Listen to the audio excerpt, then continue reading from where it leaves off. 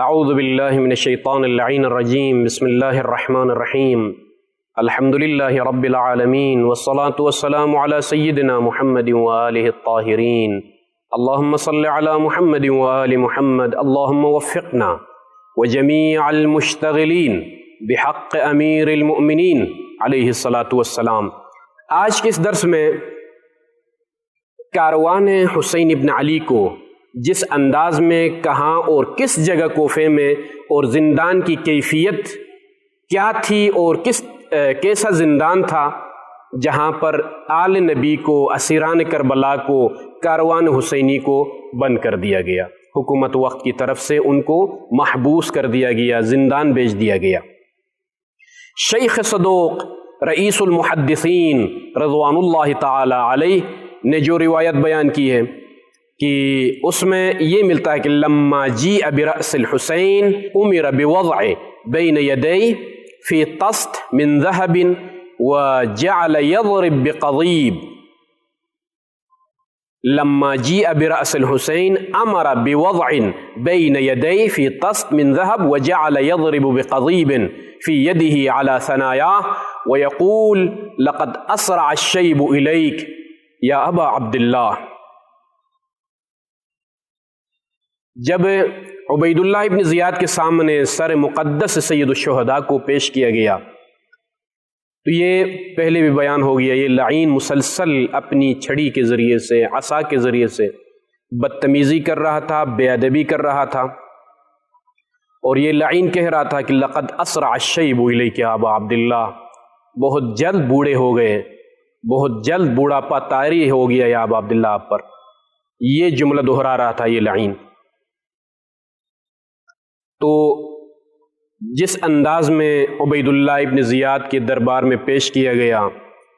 کہ ثم امر بعلی ابن الحسین فغل وحمل مع النسو والصبایا الى السجن، پھر علی ابن حسین کو زنجیروں میں بند کر کے، ہاتھ میں زنجیر، پیروں میں بیڑیاں، پاؤں میں بیڑیاں، اس انداز میں خواتین کے ساتھ، خاندان عصمت و طہارت کی خواتین کے ساتھ، نبی زادیوں کے ساتھ پیش کیا گیا عبید اللہ ابن زیاد کے سامنے۔ یہاں پر وہ تمام مکالمات جو بیان ہو گئے، اس کے بعد عبید اللہ ابن زیاد نے فَأَمَرَ، شیخ صدوق کی روایت کے مطابق، فَأَمَرَ ابن زیاد بِرَدِّهِمْ إِلَى السِّجْنِ، ان کو جیل بھیج دیا جائے، زندان میں ان کو بند کر دیا جائے۔ وَبَعَثَ الْبَشَائِرَ إِلَى النَّوَاحِي بِقَتْلِ الْحُسَيْنِ، جہاں جہاں تک آواز نہیں پہنچی تھی، جہاں جہاں تک پیغام نہیں پہنچا تھا، وہاں تک لوگوں کے ذریعے سے پیغام پہنچایا اس لعین نے کہ میں نے یہ کارنامہ انجام دیا ہے، میں نے حسین ابن علی کو قتل کیا ہے، میں نے فرزند زہرا کو قتل کیا ہے۔ مبارکبادیاں جہاں جہاں جن علاقوں میں کوفے سے باہر دور دراز جہاں لوگ رہ رہے تھے ان تک بات نہیں پہنچی تھی قتل حسین کی، یہ لعین خوشخبری دے رہا تھا، لوگوں کے ذریعے سے پیغام پہنچا رہا تھا۔ یہاں تک شیخ صدوق کی عبارت تمام ہوتی ہے۔ اور ابن سعد کتاب طبقات میں اس طریقے سے لکھتا ہے کہ عبید اللہ ابن زیاد امر بحبس من قدم به علیہ من بقیت اہل الحسین معه فی القصر، قصر میں ہی ان کو بند کر دیا، اسیران کربلا کو قصر عبید اللہ کے میں ہی ان کو بند کر دیا۔ یہ ابن سعد کی روایت ہے، صاحب طبقات کبریٰ کی۔ اما شیخ صدوق کی عبارت میں زندان، جو مخصوص زندان بنا ہوا تھا، اس میں اہل البیت کو، اسیران کربلا کو بند کر دیا۔ اور لیکن ابن سعد کی جو روایت ہے اس میں یہ ملتا ہے کہ قصر کے اندر ہی کسی حجرے میں خاندان نبی کو، نبی زادیوں کو اور اولاد رسول کو بند کر دیا۔ سید ابن طاؤس رضوان اللہ تعالی علیہ کی روایت کے مطابق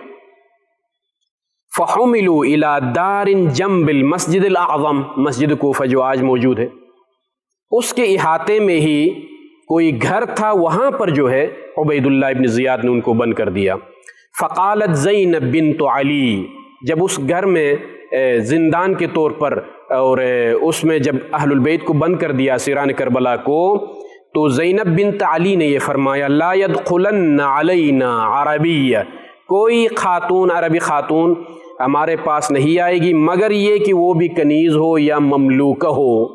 کسی کی مملوکہ ہو، کسی کی ملکیت میں ہو، کوئی کنیز ہو، اس لیے کہ ان کو بھی ہماری طرح اسیر بنایا گیا ہے۔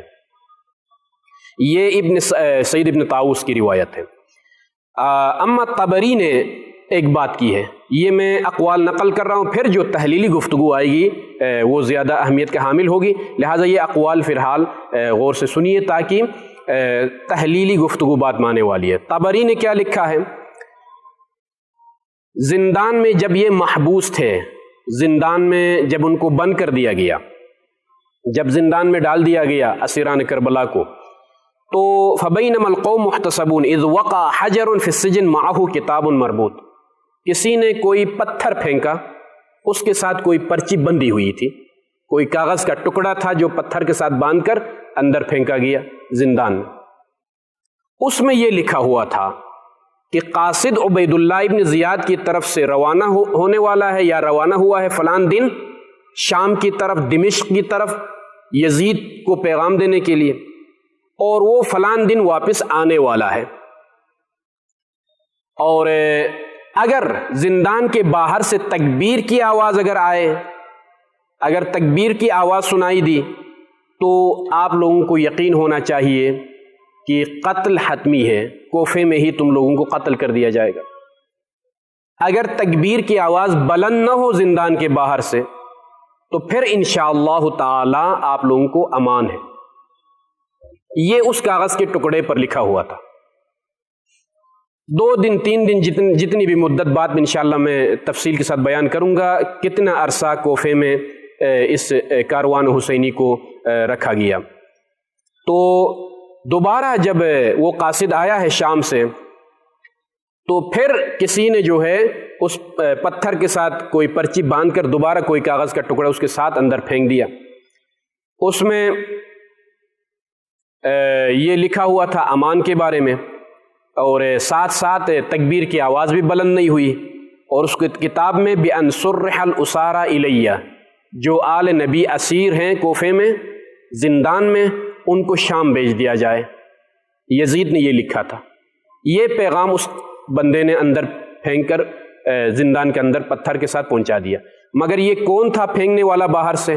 خبر دینے والا آل نبی کو بعد میں تفصیل آئے گی، مگر یہ پیغام مل گیا ان کو۔ قاصد جانے والا ہے کوفے سے یزید کے پاس، وہاں سے خبر لے کر آنے والا ہے، اور جو ہے اگر تکبیر کی آواز بلند ہو جائے زندان کے باہر سے تو یقین ہونا چاہیے کہ قتل حتمی ہے، اگر تکبیر کی صدا بلند نہ ہو تو پھر آپ لوگوں کے لیے امان ہے۔ یہ پیغام کوئی دے رہا تھا، باہر سے پتھر کے ساتھ کاغذ کا ٹکڑا باندھ کر پھینک رہا تھا اندر، اور ان کو یہ آل نبی کو خبریں دے رہا تھا۔ یہ شخص کون تھا انشاءاللہ تحلیل گفتگو بات میں آئے گی۔ یہ جو اقوال نقل ہو گئے کہ عبید اللہ ابن زیاد نے آل نبی کو زندان میں بند کر دیا، اب وہ قصر کے اندر بند کر دیا یا قصر سے باہر مسجد کوفہ کے اطراف میں کہیں، یہ اقوال جو میں نے نقل کیے، استفادہ شیخ صدوق کی روایت سے یہ ہوتا ہے کہ ان کو قصر میں بند نہیں کیا۔ شیخ صدوق کی روایت سے یہ اندازہ ہوا۔ امالی کی جو روایت میں نے پڑھی کہ امرا ابن زیاد بردہم الی السجن، قصر کی بات نہیں ہے وہاں پر، زندان جو بنا ہوا ہے جیل کے اندر ان کو بند کر دیا جائے۔ اسی بات کو ہمیں ابن سعد کے طبقات صاحب طبقات ابن سعد کی جو عبارت ہے اس میں بھی یہ ہمیں ملتا ہے کہ امر بحبس، بلکہ ہاں کما ذهب الى ذلك ابن سعد في طبقاته ولا في دار الا جنب المسجد الاعظم۔ شیخ صدوق کی عبارت سے یہ اندازہ ہوا کہ زندان میں ان کو بند کر دیا جائے، اور ابن سعد کی عبارت سے بھی یہ اندازہ ہوا کہ امر بحبس من قدم به علی من بقیت اہل الحسین، اس سے بھی یہ اندازہ ہوتا ہے کہ ان ابن زیاد لم يحبسهم معه فی القصر۔ شیخ صدوق کی عبارت سے یہ اندازہ ہوتا ہے کہ قصر میں ان کو بند نہیں کیا، مگر ابن سعد کی عبارت سے سوری اس میں جو ہے الفاظ آگے پیچھے ہو گئے، ابن سعد کی روایت کے مطابق ہمیں یہ ملتا ہے کہ قصر میں ہی ان کو بند کر دیا، یہ ابن سعد کی روایت۔ اما شیخ صدوق کی عبارت سے اندازہ ہوا کہ ان کو جو ہے زندان میں باقاعدہ ان کو بند کر دیا۔ اما ابن سعد جو صاحب طبقات، جو کہ بڑے مورخین میں سے ان کا شمار ہوتا ہے، کہ امر بحبسہم فی القصر، یہ عبارت ہے ابن سعد کی۔ اور سعید ابن طاؤس کی عبارت کے مطابق یہ بیان ہوا کہ فحملوا الی دار جنب المسجد، مسجد کے احاطے میں کوئی گھر تھا، وہاں پر ان کو بند کر دیا گیا۔ تو خلاصہ یا سجن عام میں یہ ایک قول ہے، عام جو زندان بنا ہوا تھا وہاں پر، یا قصر عبید اللہ ابن زیاد میں، یا تیسرا قول مسجد کے احاطے میں کوئی گھر تھا، وہاں پر ان کو بند کر دیا گیا۔ یہ مختلف اقوال ہیں۔ اور یہ بھی اندازہ ہونا چاہیے کہ یہ جس زندان میں قصر کے علاوہ یا قصر میں جس طریقے سے بھی ان کو زندان میں بند کر دیا، کوئی آسانی سے ان سے اہل البیت سے ملاقات نہیں کر سکتا تھا۔ یہ اندازہ ہوتا ہے تاریخی شواہد سے، اس لیے کہ یہ اندازہ ہوتا ہے کہ باہر سے یہ خبر دینے والا جس طریقے سے خبر دے رہا تھا کہ جو ہے پرچی پر لکھ کر پتھر کے ساتھ باندھ کر اندر کی طرف پھینکنا، یہاں سے یہ اندازہ ہوتا ہے کہ آسانی سے ملاقات ممکن نہیں تھی۔ تو اسی لیے یہ دوسرا نقطہ، جس زندان کی جو نوعیت اور کیفیت تھی، شیخ صدوق کی عبارت کے مطابق فحبسوا فی سجن وطبق علیہم، اور ابن طاؤس کی روایت کے مطابق بھی یہ زندان ہر طرف سے بند تھا اور کوئی آسانی سے وہاں تک رسائی حاصل نہیں کر سکتا تھا۔ مگر بعض روایات سے یہ ہمیں ملتا ہے کہ جیسا کہ سعید ابن طاؤس کی روایت، جو شیخ صدوق کی عبارت ہے، اس سے یہ اندازہ ہوتا ہے کہ زندان ہر طرف سے بند تھا، مگر سعید ابن طاؤس کی عبارت سے یہ اندازہ ہوتا ہے کہ رسائی ممکن تھی زندان تک۔ اس میں بھی میرے خیال میں الفاظ ذرا آگے پیچھے ہو گئے ہیں، مگر صحیح بات یہ ہے کہ سعید ابن طاؤس کی روایت، اس میں یہ ہمیں ملتا ہے کہ سعید ابن طاؤس کی عبارت میں لا يدخلن علینا عربیہ، زینب سلام اللہ علیہا کا یہ کہنا کہ کوئی خاتون ہمارے پاس نہیں آئے گی مگر یہ کہ جو ہے وہ مملوکہ ہو، کسی کی کنیز ہو۔ اس عبارت سے یہ اندازہ ہوتا ہے کہ رسائی ممکن تھی، آسانی سے ملاقات کرنا جو ہے آسان تھا، اسی لیے تو زینب سلام اللہ علیہا نے فرمایا کہ کوئی ہمارے پاس نہیں آئے مگر یہ کہ وہ مملوکہ ہو، کنیز ہو کسی کی۔ تو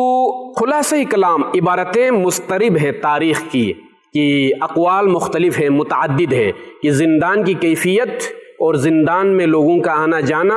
یا قصر میں ان کو بند کر دیا، یا قصر کے علاوہ کسی گھر میں، یا زندان عام جو بنا ہوا ہے اس میں، یہ اقوال بھی ہیں۔ اور ساتھ ساتھ آیا زندان ہر طرف سے بند تھا، کسی کی رسائی نہیں تھی، یا یہ کہ گنجائش تھی، متعدد اقوال ہے۔ لیکن جہاں تک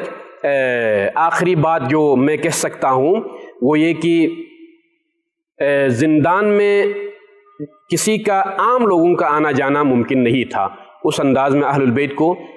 بند کر دیا گیا، مگر یہ کسی ضرورت کی خاطر، یا ممکن حکومت وقت کی طرف سے، یا خواص کے ذریعے سے، اگر کوئی خاتون ملنے کے لیے اگر جاتی تھی تو وہاں پر بھی زینب سلام اللہ علیہا نے یہ شرط لگائی کہ جو ہے مملوکہ اور کنیز خواتین ہمارے پاس ملنے کے لیے آئے، چونکہ ان کو بھی ہماری طرح اسیر بنایا گیا ہے۔ لہٰذا یہ تاریخی حقائق ہیں، متعدد اقوال ہیں، متعدد علماء نے مختلف اقوال نقل کیے ہیں۔ اور اس کے بعد جس نقطے کی طرف اشارہ کرنا ہے کہ طبری نے یہ جو لکھا ہے، جیسا کہ میں نے کہا تھا کہ تحلیل آئے گی، کہ طبری نے یہ جو لکھا ہے کہ ایک بندہ خبر دے رہا تھا، کاغذ پتھر کے ساتھ باندھ کر اندر کی طرف پھینک رہا تھا، خوف کی وجہ سے، چونکہ آسانی سے ملاقات ممکن نہیں تھا لوگوں کے لیے، اور ملنا یا رسائی ممکن نہیں تھی زندان تک، یا ملنا ممکن بھی تھا تو جو ہے خوف و ہراس کی وجہ سے لوگ نہیں ملتے تھے حکومت وقت کی طرف سے۔ تو یہاں پر جو ہے طبری کا یہ لکھنا کہ جو ہے یہ بندہ ایک مخبر تھا، یہ مسلسل خبریں دے رہا تھا کہ حکومت وقت کی طرف سے قاصد روانہ ہوگی ہے شام کی طرف، وہاں سے خبر لے کر آئے گا، صدائے تکبیر بلند ہو تو قتل یقینی ہے اسیران کربلا کا، اگر صدائے تکبیر بلند نہ ہو تو امان ہے۔ یہ آیا حکومت کی طرف سے خبریں مل رہی تھی یا حکومت کا کوئی بندہ تھا؟ تو تحلیل اور تجزیہ جس نتیجے تک یہ تحلیل ہمیں پہنچاتی ہے وہ یہ کہ یہ شخص محب اہل البیت تھا، دل میں محبت تھی، لہٰذا یہ اس طریقے سے خبر دے رہا۔ وَإِلَّا حکومت کے لیے اس طریقے سے خبر دینا ظاہراً حالات اس بات پر دلالت نہیں کرتے، چونکہ حکومت کے لیے ہر کام کرنا اس کے لیے آسان تھا، کوئی خوف، کوئی اس طریقے سے چھپ کر خبر دینا یا جو ہے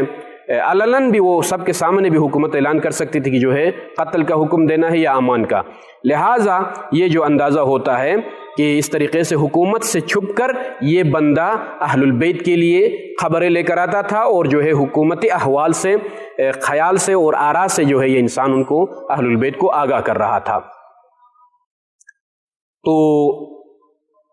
یہ محب اہل بیت شخص تھا۔ یہ شواہد اور قرائن سے اندازہ ہوتا ہے کہ حکومت کی طرف سے نہیں بلکہ یہ کہ مومن بندہ یا جس کے دل میں رحم تھا وہ اہل البیت کے بارے میں مسلسل خبریں جمع کر کے اہل البیت کو خبریں پہنچا رہا تھا۔